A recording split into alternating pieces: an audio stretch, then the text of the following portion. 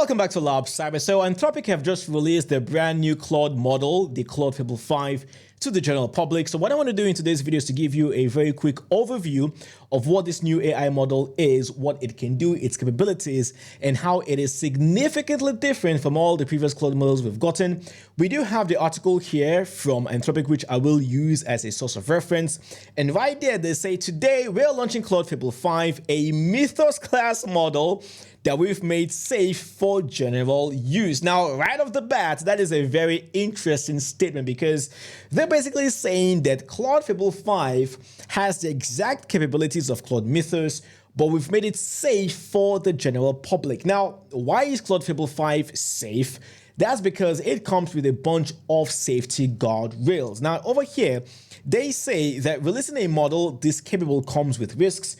Without safeguards, Fable 5's capabilities in areas like cybersecurity could be misused to cause serious damage.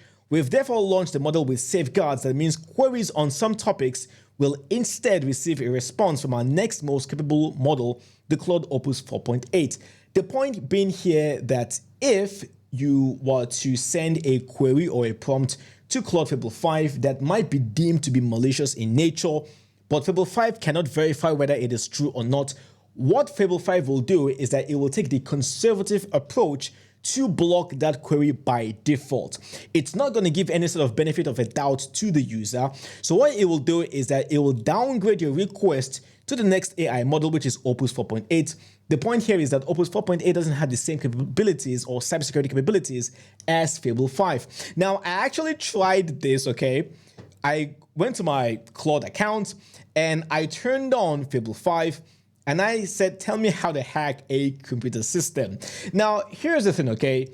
I, as a cybersecurity instructor, this particular prompt, I could argue is safe, okay? I don't mean any sort of, malicious intent.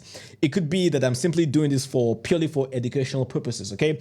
But Fable 5 doesn't know that. Fable 5 doesn't know the context or the intent behind this kind of prompt that could be deemed to be malicious. So what did it do? It actually switched from Fable 5 to Opus 4.8. You can see it right here, and it said Fable 5 has safety measures that flag messages on most cybersecurity or biology topics, and then they also say they may flag safe normal content as well. So basically, this is Anthropic saying that, look, we get it, okay? We know that we're going to have plenty of false positives.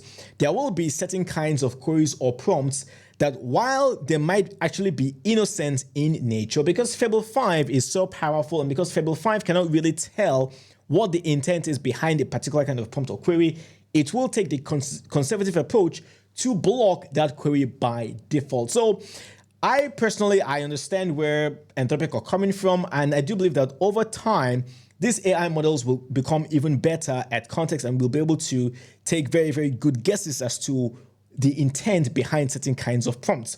Now, going back to the particular article, they go on to, of course, compare Claude Fable 5 and Mythos 5 with the other AI models. And obviously, of course, Claude Fable 5 being the latest model, it is better at, all the benchmark tests, knowledge work, agent coding, and so on, of which I have no doubt about that. But what I really want to talk about here are the safety guardrails, because this is actually very, very interesting. So right here, the safety classifiers, as they call it, okay?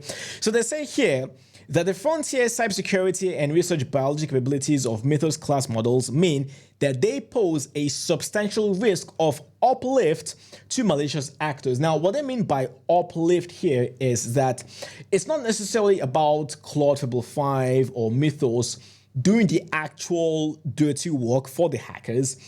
It's rather them being a gold mine of information on how to do certain kinds of things. Now, keep in mind that Fable 5, in this particular instance, has been well trained. It has a wealth of knowledge, training, experience when it comes to cybersecurity topics and, scanning for vulnerabilities, things like that. So the fear here is that you could have hackers simply using Fable 5 as a source of information. If they want to know how to hack certain kinds of systems or do certain kinds of things, they can ask Fable 5 for documentation, for information, for data, for statistics, basically any kind of data or info that they need to do their dirty work. So that is the fear here. So what Anthropic have done is to instill safety classifiers that cover three very broad topics. And the very first one, obviously here, is going to be cybersecurity. So they say the Mythos class models excel at discovering and exploiting software vulnerabilities.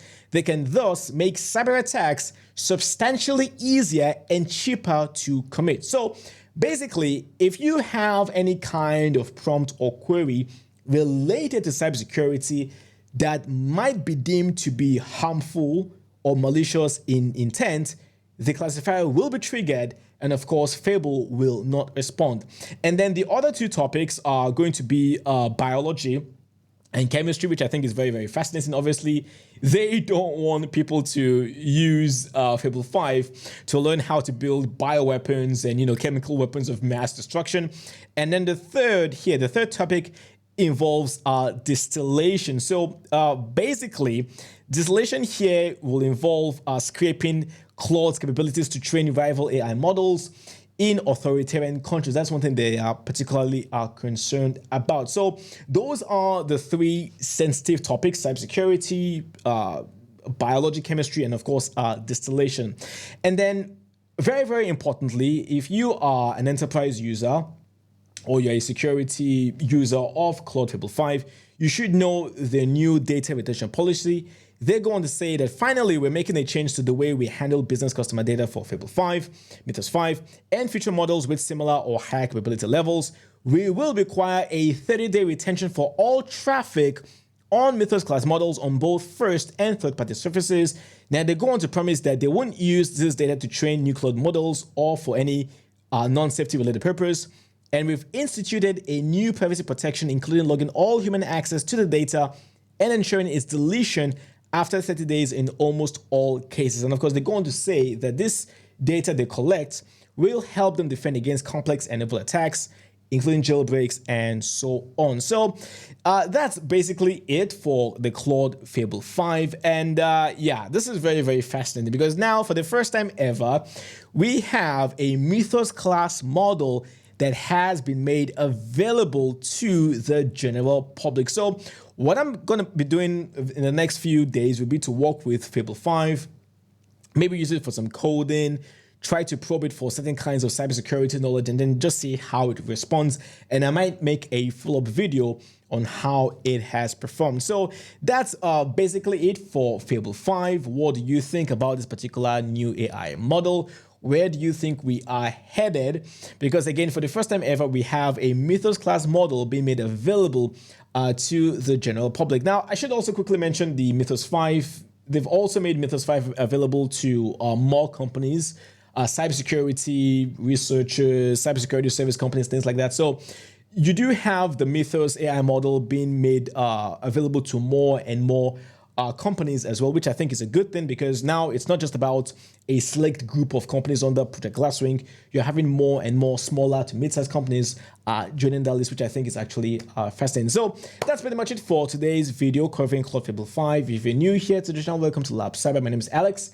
I cover topics around the world of AI and cybersecurity. So if you do enjoy content like this, be sure to subscribe to the channel and hit the bell so that you're notified whenever I upload a new video. Questions, comments, put it down in the comment section below. I love to hear from you, and I always respond to all comments on my videos. Stay safe out there, and I'll see you next time. Cheers.